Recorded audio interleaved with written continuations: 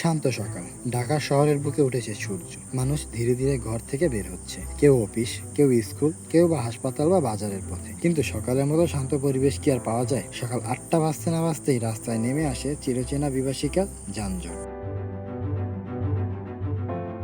রাজধানী ঢাকার ট্রাফিক সমস্যা এখন আর নতুন কিছু নয়। প্রতিদিন লক্ষ লক্ষ মানুষ কর্মস্থলে যাওয়ার পথে ঘন্টার পর ঘন্টা আটকে থাকেন রাস্তায়। শুধু ঢাকা নয়, চট্টগ্রাম, নারায়ণগঞ্জ, গাজীপুর সহ অন্যান্য বড় বড় শহরেও একই অবস্থা। কিন্তু ঢাকা যেন এই সমস্যার কেন্দ্রবিন্দু।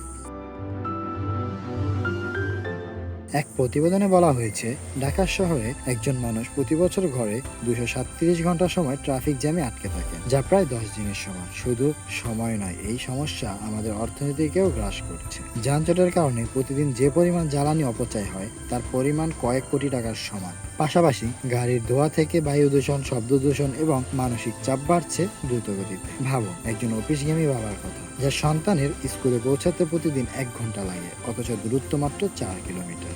রোগী নিয়ে যাওয়া অ্যাম্বুলেন্স থেমে থাকে পেট্রোল পাম্পের পাশে, কারণ সামনে ভিআইপি মুভমেন্ট। একদিকে দাঁড়িয়ে আছে শিক্ষার্থীরা, আর একদিকে আটকে আছে ব্যবসায়ী গাড়ি। সবাই এক বিশৃঙ্খলার শিকার। কিন্তু প্রশ্ন হলো, এই সমস্যা কি শুধু গাড়ি সংখ্যা বাড়ার জন্য? না, সমস্যা বহুমুখী। ট্রাফিক আইন না মানার প্রবণতা, দুর্বল গণপরিবহন ব্যবস্থা এবং রাস্তার পাশে অবৈধ পার্কিং স্টার।